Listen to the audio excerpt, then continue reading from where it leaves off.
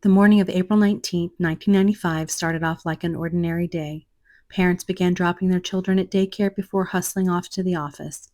Workers arrived to their desks preparing to start their normal day. When the clock struck 9:02 a.m., normal life as we know it was shattered. 168 lives were lost in an instant, including 19 children. Hundreds and hundreds of people were injured, and it is estimated 300 buildings in the downtown area sustained damage from the blast. It's hard to believe the 30th anniversary of the Oklahoma City bombing is quickly approaching. Let me know in the comments where you were when the bombing happened, or if you remember how you learned about the bombing. Stay tuned till the end of the video. I'll let you know what I was doing that April spring morning in Oklahoma. St. Joseph's Old Cathedral's Jesus Wept sculpture portrays Jesus facing away from the devastation, his face covered by his hand, shedding tears of grief.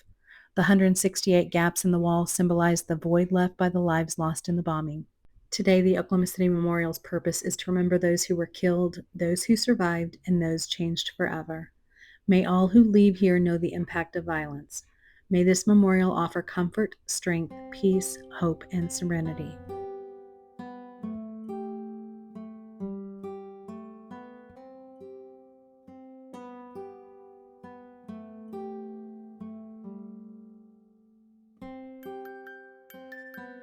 The fence. 200-foot section of the original fence that once secured the bomb site perimeter. People started leaving tokens of love and support on the fence immediately following the tragedy. The fence still receives items daily from visitors leaving mementos in honor and remembrance.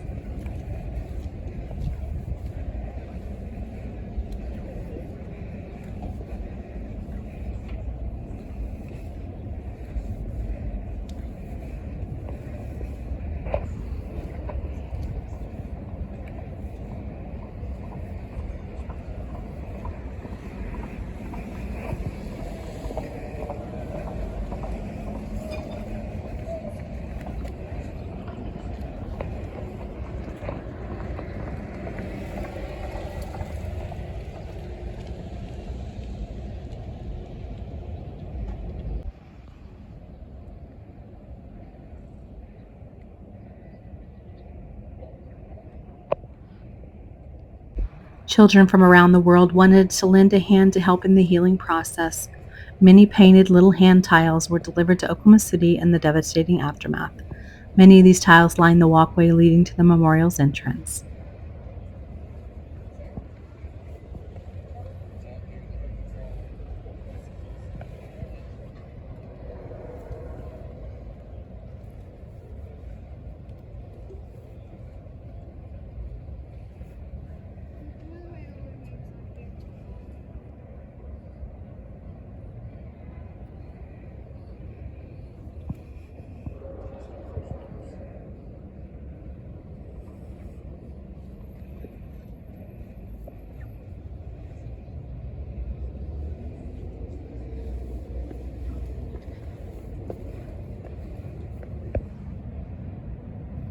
Recently, I participated in one of the eyewitness tours offered on site. This was a walk through the museum with someone who was directly involved in the events that day, as they give a first-hand account and perspective. As the tour began, our guest became emotional as he started to speak about his role and how he ended up at the Alfred P. Murrah building amidst all the chaos. I will never personally be able to comprehend what he felt and experienced that day, but I could deeply feel his emotions as he started to tear up. He asked us to give him just a moment, and then he would be fine to continue, which we did. 30 years ago, Richard Kelly was a 24-year-old corporal. Today, he is the fire chief of the Oklahoma City Fire Department.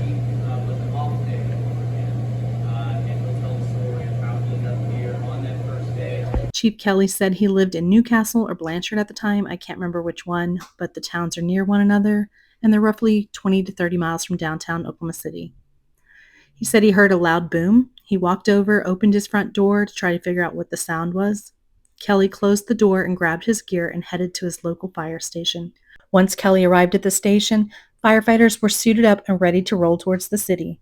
These brave first responders really had no idea what they were responding to. If I remember correctly, immediately following the blast, people first thought maybe it was a gas line explosion. No one had any idea it was an act of terrorism. That is the actual footage that they were able to go back and see the time there, 08:56:56, and that is the actual video of the Ryder truck driving in front of the building. So we'll kind of snap that together and bring everything together when we get into some of the investigation. my experience of that, and I'll show you as we go through it. Can everybody hear me? I think. We'll go in here and you're going to listen to an actual recording leading up to the event. So that's what I'll take you in there. We'll go into this room here.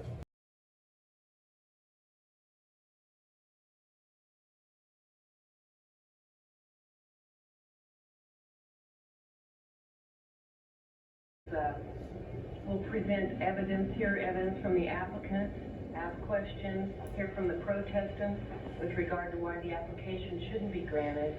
And I take all of that information under advisement and draft up what's called a findings of fact, conclusions of law, and a proposed order, which will be mailed to all the parties about 15 days before the Oklahoma Water Resources Board meets.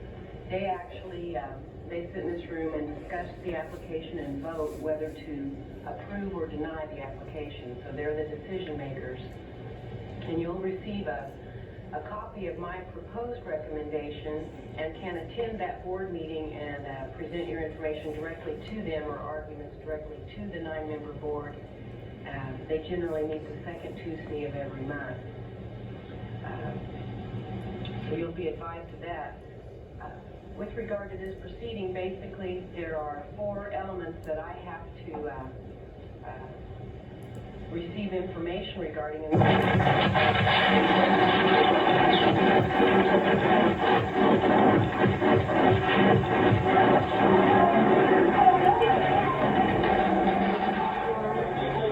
Everybody, let's get out of here. Out. What's electricity on?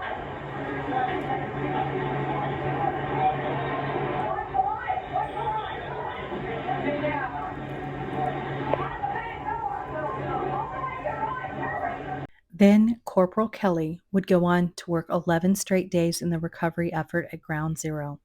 He described some of the horrific sights, sounds, and tasks he performed while carrying out his duties. Chopper doesn't outside the federal building. That shot is absolutely incredible. The side of the federal building has been blown off. Jesse? About a third of the building has been blown away. And you can see this smoke and debris and fire all over the ground. Traffic, news footage, everything. I'm going to allow you all, you'll see some of the areas. Obviously, this is the video, actual what I seen that day that caused me to come down. You'll see the cars out front, they're on fire.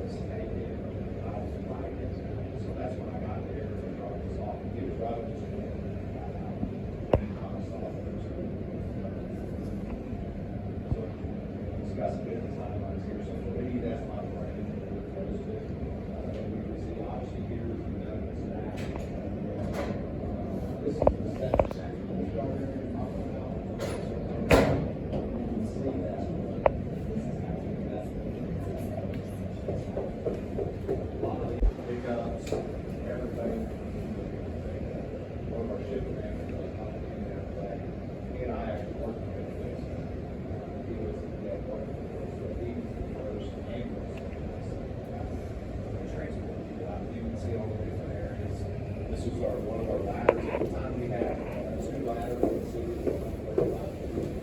So we were lucky those ladders actually scrub, wash down there, reach. So they got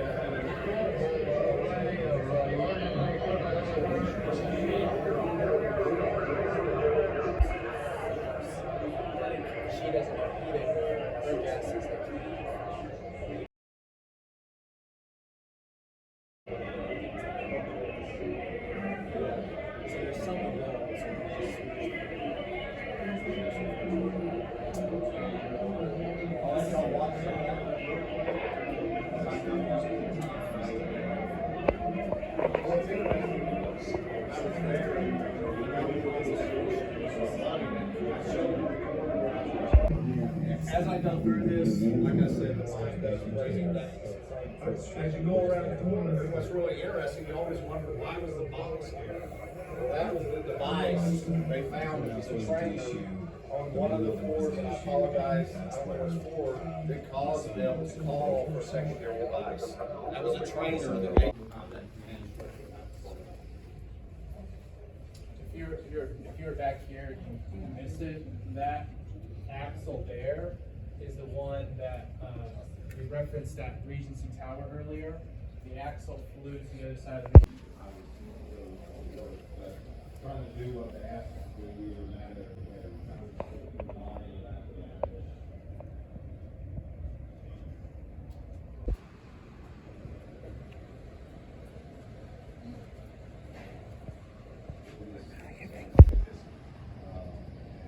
Really did a good job. There's a lot of upfront, we have federal billing, so the FBI and a lot of federal agents want to take over. Basically, our incident, we're running it, we're working together, but we're in charge. We made that very clear from the beginning, which really was just how it's a local entity. We understood that it had to be investigated, we understood the challenges, we wanted to work together. It's what we call a unified command, but we're going to be very clear on that.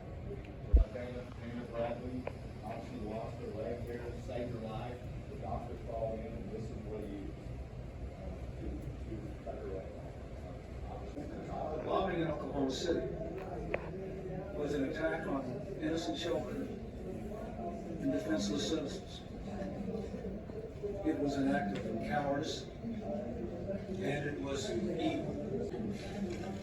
The United States will not tolerate, and I will not allow people of this country to be intimidated. In the center of Oklahoma City, about 9 o'clock.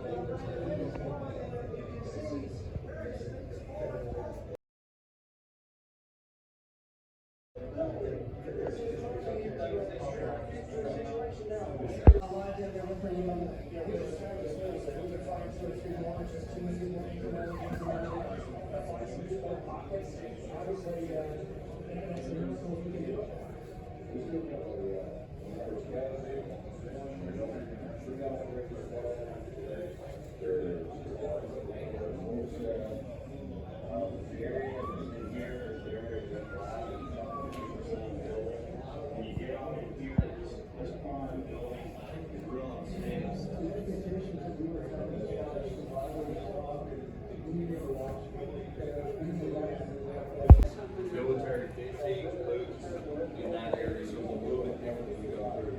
And obviously you can see with Billy Graham came in, but if you look at this, you'll see a lot of areas that we're working. Actually, kind of the picture that we talked to Chris. Chris was an officer at Station 5, became famous.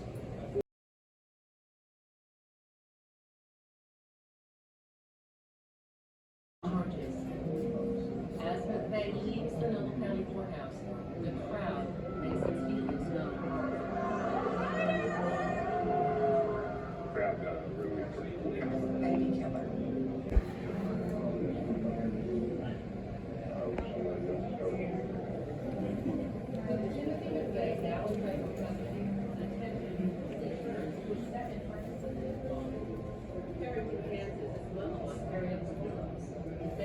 At the present time, we have recovered and have the medical examiner's office 74 individuals. Of those 74, we have had identifications on 60. We have had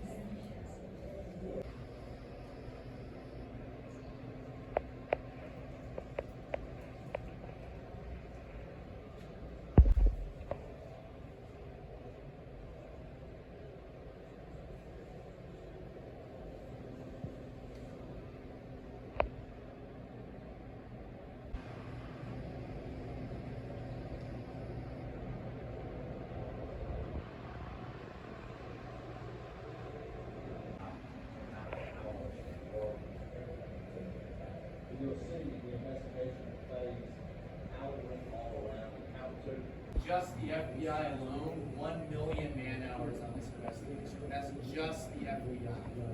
And so when they measure like magnitude of investigations, that's how they measure how many man-hours. If that was one person, that's more than a lifetime of like non-stop 24/7. Talking about the trial. It says, my record is local. And so I let you to verify record backwards. I said, so is mine. Spread that on the phone. You can open his jacket back. You can see the Glock. So I was 69.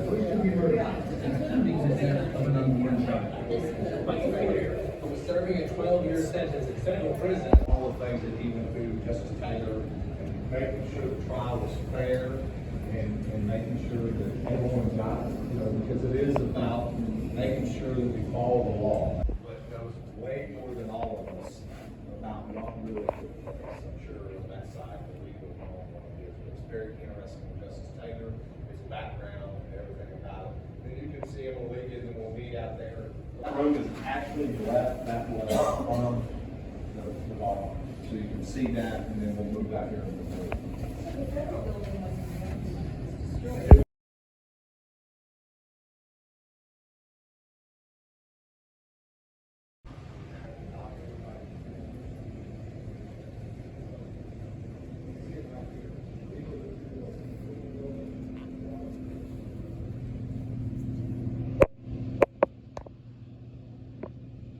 It was an honor to hear him speak and learn about his personal experience.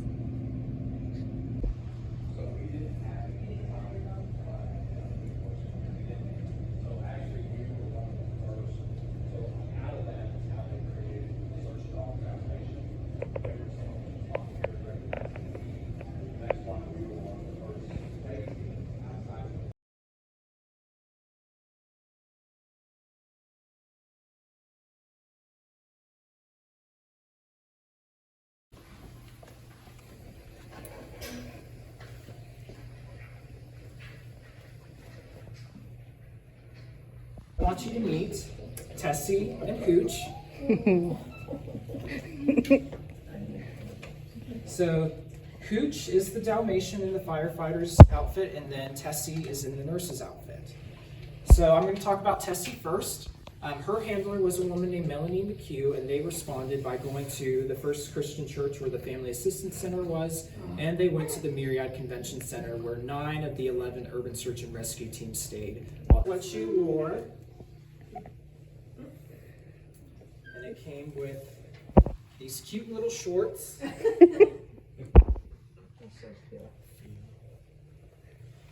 She had her own stethoscope, and of course the traditional nurse's hat. How cute. After she passed away in the early 2000s, the auxiliary at OU Children's Hospital actually came out with a coloring book in her honor given to patients staying at their hospital called Tessie and the Paw Print Pals. And on it is a message that says, God bless all 168 lives lost. May you all be playing in God's hands. Lisa and Mick, Maryland Task Force 1. So with items that are left here anonymously or semi-anonymously, we really don't have any kind of way of tracing it back to, who the person was that gave it. That's just one of the mysteries that happens to be a part of archives sometimes.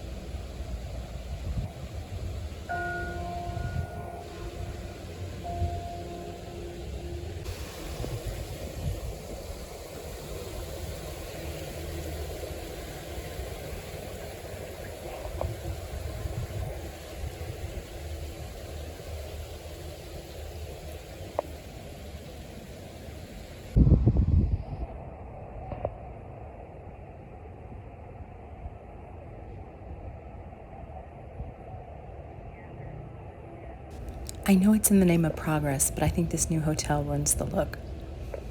But that's just me.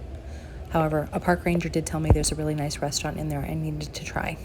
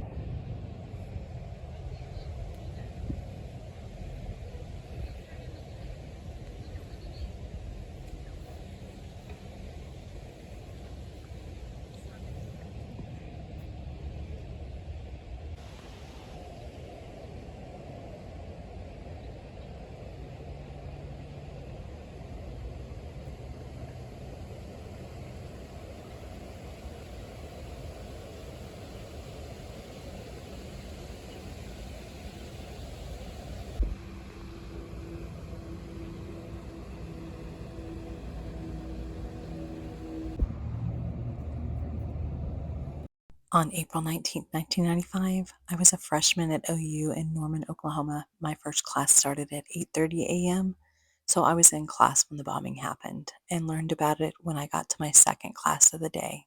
My zoology professor, Dr. Thompson's brother, was killed in the bombing.